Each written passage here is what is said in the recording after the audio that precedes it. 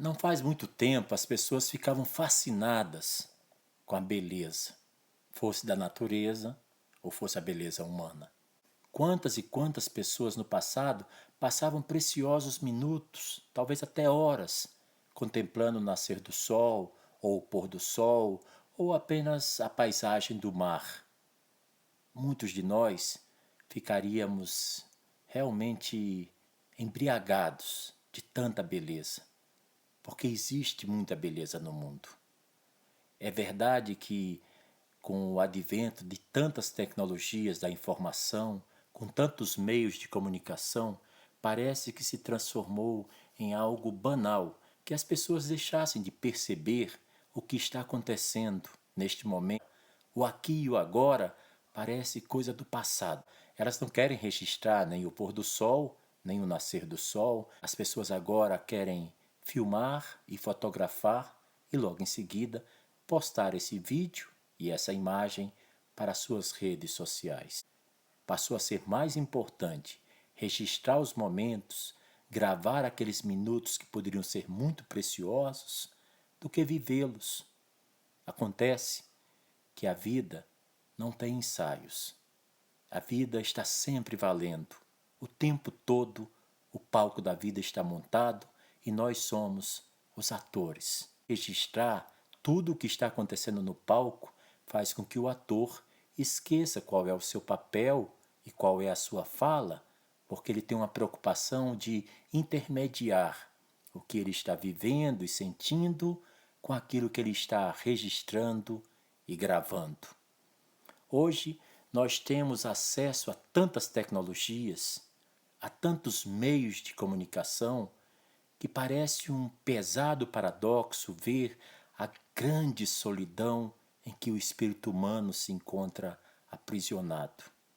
As pessoas numa família de 6, ou de 8, ou de 4 pessoas apenas, elas passam muito menos tempo conversando entre si do que trocando mensagens no WhatsApp, atualizando o seu perfil no Facebook ou postando coisas novas no Instagram.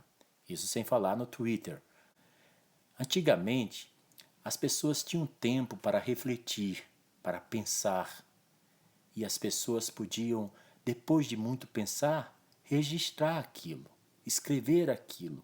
Foi assim que surgiram obras fundamentais da literatura universal, como Guerra e Paz e Ana Karenina, de Leon Tolstói, ou Presença de Deus, de Shoghi Effendi, ou Declínio e Queda, do Império Romano, de Edward Gibbon. Grandes e grandes obras de Machado de Assis, de Voltaire, de Immanuel Kant, todas elas surgiram após momentos preciosos de profunda reflexão. Hoje, parece que a sociedade esqueceu o que significa refletir.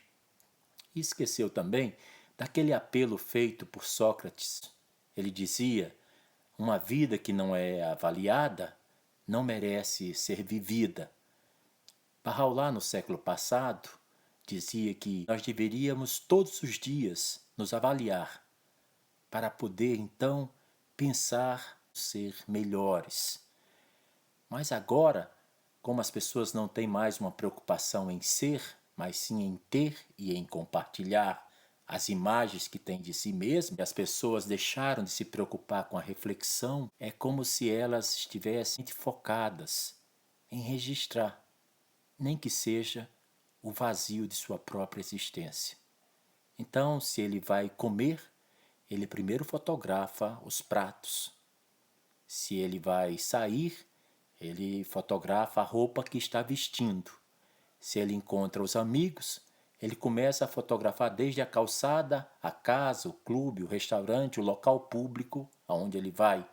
E quando encontra com as pessoas, em poucos segundos alguém tem a grande ideia: vamos tirar uma foto?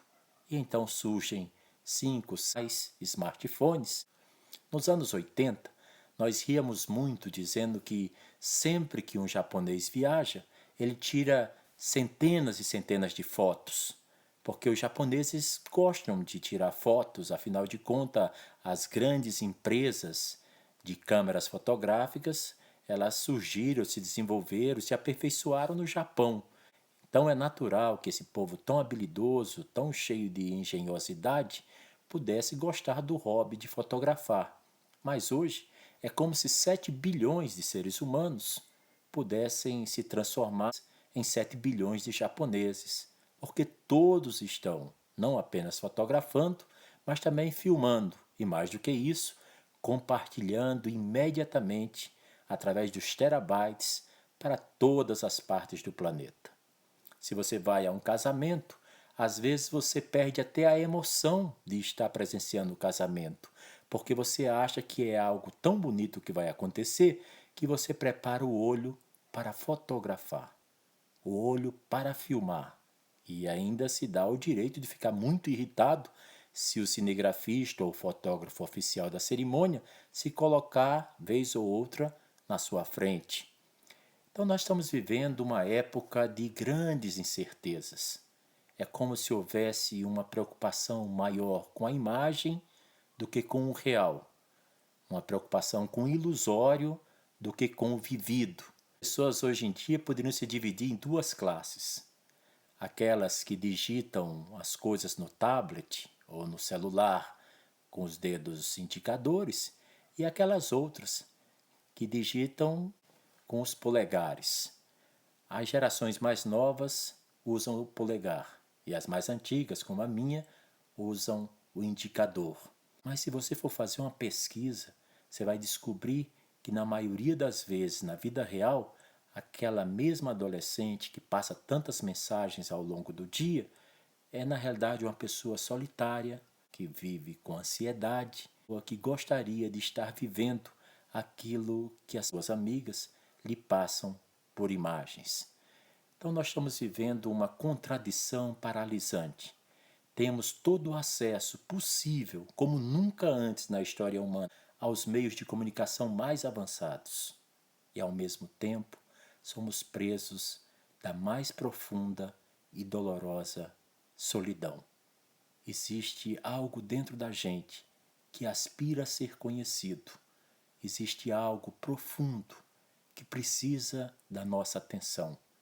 E esse algo é a nossa alma, é o nosso coração, porque não existe um selfie da alma nem um selfie do coração. Nós não precisamos retratar a nossa alma nem o nosso coração, porque foi Ele que, quando nos criou, colocou na gente as suas próprias impressões digitais. Então existe, por um lado, um excesso de meios de comunicação e, por outro, um vazio profundo de nossa existência. Essas preocupações merecem da gente um certo nível de reflexão. A gente busca sempre preencher o vazio com coisas mais fáceis e mais prazerosas. E muitas vezes é muito prazeroso ficar fotografando as coisas mais banais, colocar todos os filtros, mexer com a tonalidade, mexer com a cor, e então colocar um efeito aqui e outro acolá, e então distribuir. Para aquele que recebe, haverá sempre uma resposta pronta, ou o sinal de risos, o kkk, ou então aqueles emoticons, aquelas carinhas felizes. Mas quando a gente pensa que a vida é muito mais do que isso, a gente então percebe que é chegado o momento de rever os nossos conceitos, buscar entender de que matéria nós fomos criados, o que nos torna humanos, o que nos faz superiores às máquinas e o que é parte da gente que merece viver eternamente. Sem saber qual o sentido da vida, se torna quase que impossível viver a felicidade de existir.